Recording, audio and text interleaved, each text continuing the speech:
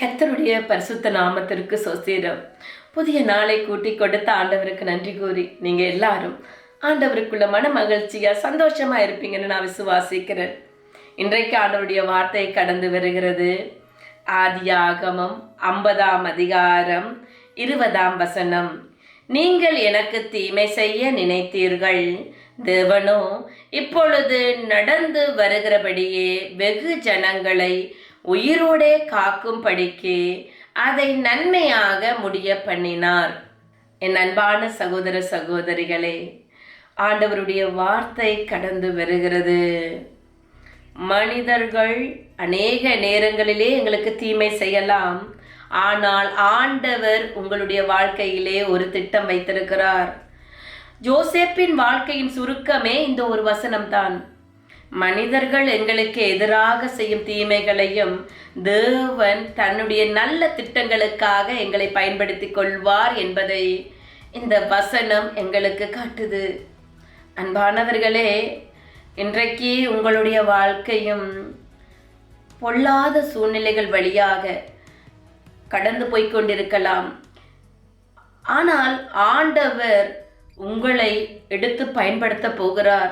யோசேப்பின் வாழ்க்கையை போல புறக்கணிக்கப்பட்ட ஜனங்களாக இருக்கலாம்.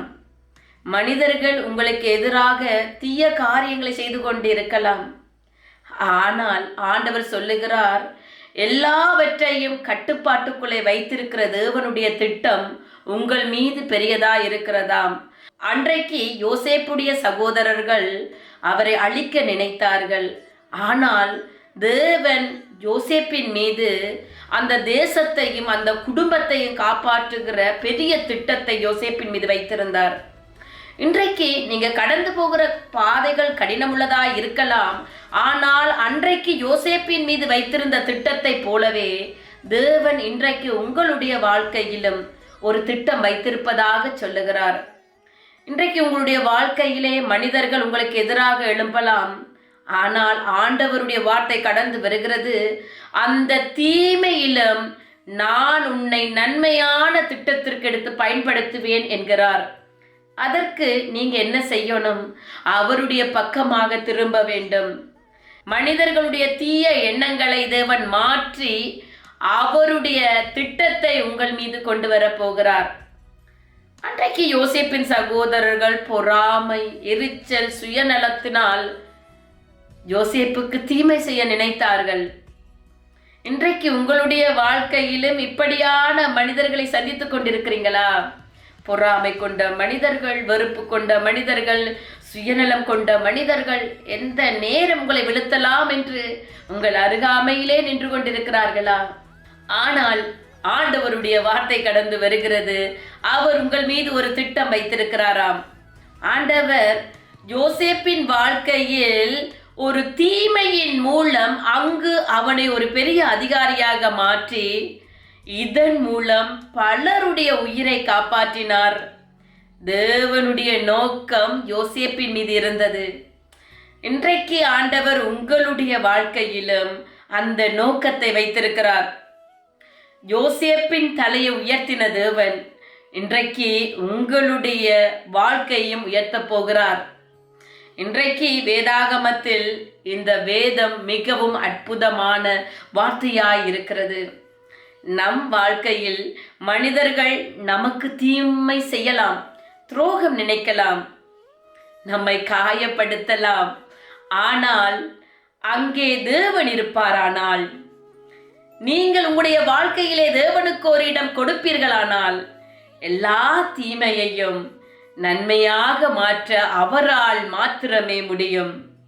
இன்றைக்கு உங்களோட வாழ்க்கையில அவருக்கு இடம் கொடுக்கிறீங்களா? அன்றைக்கு யோசேப்பு தேவனுக்கு இடம் கொடுத்தார், அவரையே சார்ந்து வாழ்ந்தார்.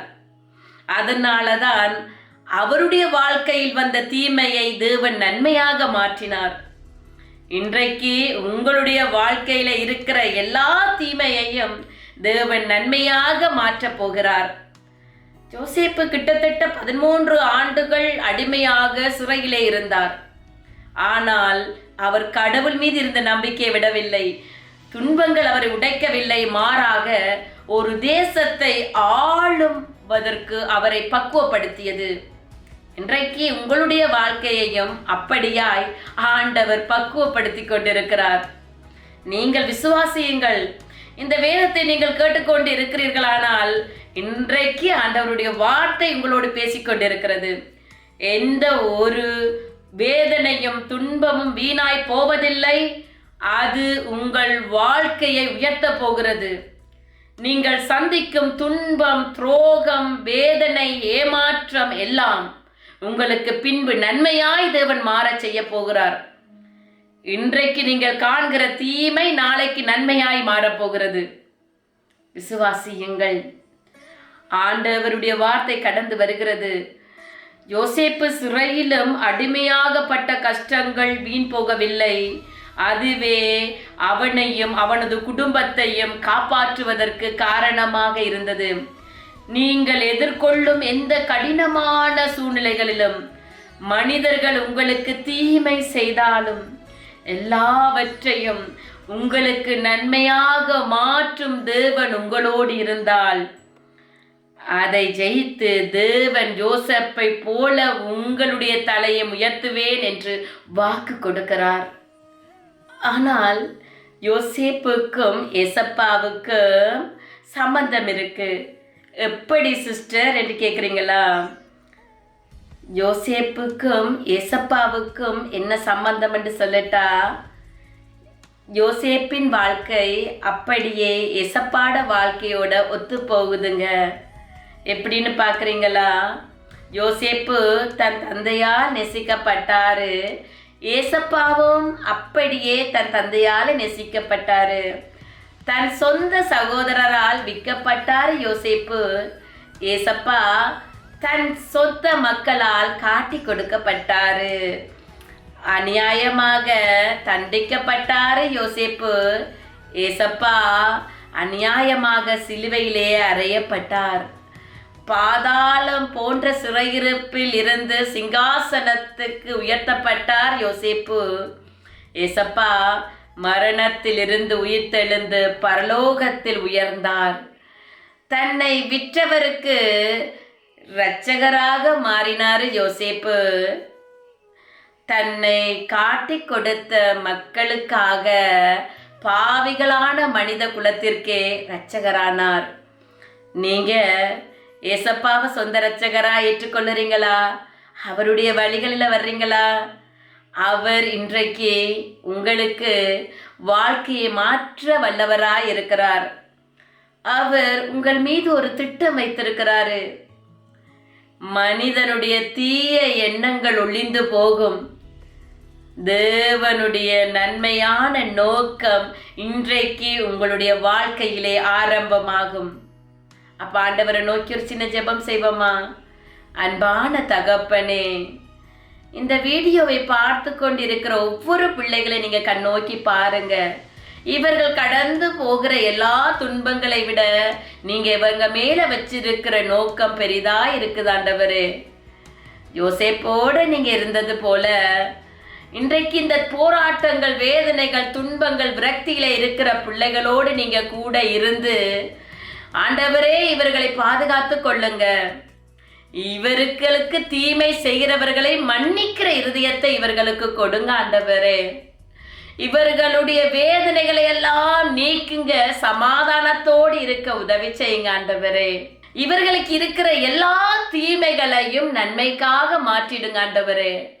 விசுவாசத்திலே இவர்கள் உறுதியாய் இருக்கவும் ஆண்டவரே, நல்ல குணமுள்ள பிள்ளைகளாய் மாறவும், அநேகருக்கு ஆசீர்வாதமான பிள்ளைகளாய் இருக்கவும் ஒவ்வொரு பிள்ளைகளையும் நீங்க எடுத்து பயன்படுத்துங்க ஆண்டவரே. உமது திட்டங்களை ஆண்டவரே, இந்த பிள்ளைகள் மீது நீங்க வைத்திருக்கிற சித்தங்களை இந்த பிள்ளைகள் அறிந்து கொள்ள வேண்டும் ஆண்டவரே. ஒவ்வொரு பிள்ளைகளையும் நீங்க தொடுங்க ஆண்டவரே. உம்மை அறிகிற அறிவிலே பலப்படுங்க ஆண்டவரே. ஆசீர்வதிங்க ஆண்டவரே. ஆண்டவரே, அன்றைக்கு யோசேப்போடு இருந்து அந்த தீமையெல்லாம் நன்மையாய் மாற்றினது போல ஆண்டவரே, இந்த வீடியோவை பார்த்து கொண்டிருக்கிற ஒவ்வொரு பிள்ளைகளோடு நீங்க கூட இருந்து இவர்களுடைய தலைகளை உயர்த்துகிறதற்காய் நான் நன்றி சொல்லுகிறேன் ஆண்டவரே. ஆசீர்வதிங்க, பாதுகாத்து கொள்ளுங்க. இயேசுவின் நாமத்தில் ஜெபங்கட்டு நிற்கிறோம் பிதாவே, ஆமீன். நீங்கள் எல்லாரும் மிகவும் விசேஷமான நீங்கள். ஆண்டவர் உங்கள் எல்லாரையும் ஆசீர்வதிப்பார். ஆமேன்.